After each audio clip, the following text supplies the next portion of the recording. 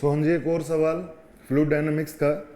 देखो, fluid dynamics के questions को करने में सबसे पहली चीज़ तो अपने को क्या, सबसे ज़्यादा हमारा फोकस कहाँ होना चाहिए, बर्नौलीज थ्योरम पे। लेकिन बहुत सारी चीज़ें ऐसी हैं जिसके अंदर बहुत सारी कंडीशंस ऐसी हैं जैसे जिसके अंदर बर्नौलीज थ्योरम को अप्लाई नहीं किया जा सकता डायरेक्टली। फॉर एग्जाम्पल, अगर मान लो लिक्विड आपका कंप्रेसिबल है या फिर आपका विस्कस लिक्विड है, तो ऐसे केसेस में आप डायरेक्ट बर्नौली थ्योरम को अप्लाई नहीं कर सकते, आपको कुछ कंडीशंस को लेके आगे बढ़ना पड़ता है। तो ऐसा ही एक सवाल इरोडोव से, लेट्स ट्राई टू सोल्व। देखो, इस क्वेश्चन के अंदर हमें दे क्या रखा है, हमें एक अरेंजमेंट दे रखी है और उस अरेंजमेंट के अंदर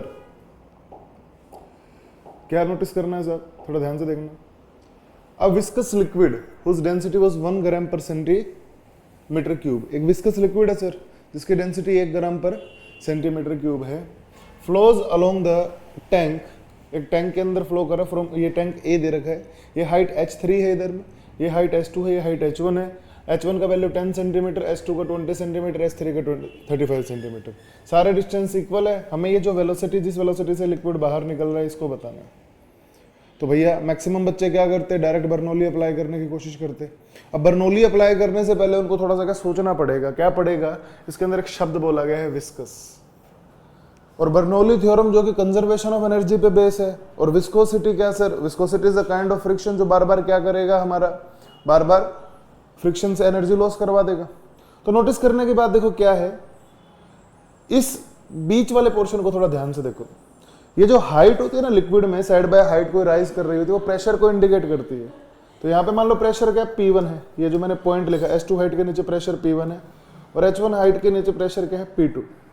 अब इस प्रेशर को लिखने के लिए मैं डायरेक्ट ρgh अप्लाई कर सकता हूँ, लेकिन नोटिस करने की बात ये है सर, जो H2 हाइट दे रखी है अपने को, S2 हाइट दे रखी है 20 सेंटीमीटर और जो H1 हाइट दे रखी है वो अपने को दे रखी है 10 सेंटीमीटर, यानी हर L डिस्टेंस चलने पर 10 सेंटीमीटर का एनर्जी क्या हो रहा है, सब लॉस हो रहा है, सही है ना। तो जो प्रेशर हेड डिक्रीज हो रहा है वो 10 सेंटीमीटर से डिक्रीज हो रहा है भाई, ठीक है सर। यहाँ टोटल हाइट कितनी थी, 35 थी, और ध्यान से देखो तो साहब 3L डिस्टेंस का लिक्विड कवर करके चल रहा है, 3L डिस्टेंस कवर करेगा, और पर L के साथ साथ कितना लॉस हो रहा है, 10 सेंटीमीटर का। तो पर L pressure head loss is 10 centimetre, so 3L के साथ क्या होगा सर, 30 सेंटीमीटर का प्रेशर हेड लॉस हो जाएगा। यानी अगर लिक्विड हमारा विस्कस नहीं होता तो साहब इसकी वजह से जो हमें वेलोसिटी मिलती है बर्नौली अप्लाई करने पर, वो 35 सेंटीमीटर हाइट एच पे मिलती। अब क्या हुआ होगा सर, 3L चलने की वजह से 30 सेंटीमीटर हाइट का लॉस ऑलरेडी हो चुका होगा। अब 30 सेंटीमीटर हाइट का लॉस हुआ, एज ए रिजल्ट क्या चीज समझ में आए भाई, एज ए रिजल्ट सिर्फ 5 सेंटीमीटर की जो हाइट है, पोटेंशियल जो गेन होगा वही सारा कन्वर्ट होगा सर किसमें, काइनेटिक एनर्जी में, ठीक है।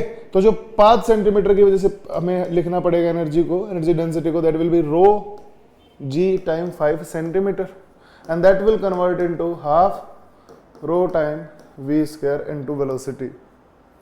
तो यहाँ पे इसको सोल्व करके देखते हैं सर, रो से रो निपट गया, ग्रेविटी का वैल्यू 10, 5 गुना 10 की पावर सब -2 टाइम 2 भाई का रूट, ये वेलोसिटी इतने मीटर पर सेकंड में आएगी।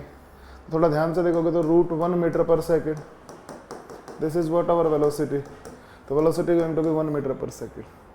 तो जो डायरेक्ट बच्चे कंसेप्ट को समझने की बजाय सिर्फ याद करके या मैथमेटिक्स अप्लाई कर देते, डायरेक्ट बर्नौली लगा देते, तो उनका सवाल क्या हो जाता सर, गलत हो जाता।